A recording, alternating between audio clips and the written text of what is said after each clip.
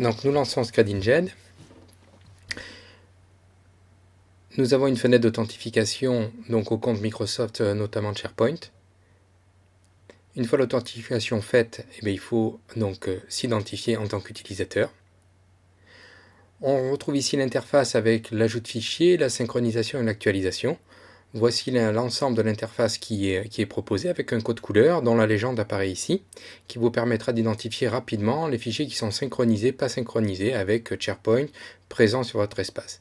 Si vous cliquez un fichier, on voit et on visualise sur la droite l'ensemble des métadonnées. On va procéder à une synchronisation.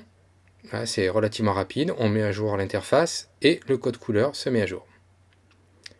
Je peux visualiser à nouveau l'ensemble des métadonnées. Voilà. Je demande le lancement d'un fichier, l'ouverture, je n'ai pas les droits d'accès, donc je ne peux pas accéder. Maintenant, je double-clique sur le fichier sur lequel j'ai droit, et là, le fichier donc, qui est ouvert, et bien entendu, il est déchiffré. Donc on va voir côté explorateur qu'est-ce qui s'est passé précisément.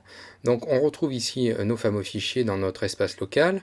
On va regarder, si je clique ici, ce qu'il se passe. Vous voyez, le fichier s'ouvre et bien entendu, le fichier qui avait l'extension SCR pour chiffrement, Scredin, a été déchiffré et est passé en clair. Nous sommes dans une zone sécurisée, donc on reste, on va dire, sécurisé.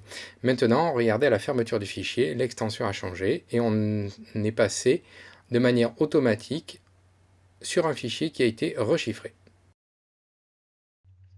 En résumé, les réponses techniques que nous proposons, c'est une authentification forte des intervenants avec un renforcement de la sécurité du système d'information. On a des solutions de base, mais on va, au travers de ces processus automatisés, renforcer cette sécurité-là. On va, bien entendu, proposer une sécurisation au plus près des applications et au plus près de la production de données, ce qui va nous permettre justement de se targuer, de proposer, au travers de ces solutions et de l'ensemble du SI proposé, une ingénierie numérique sécurisée.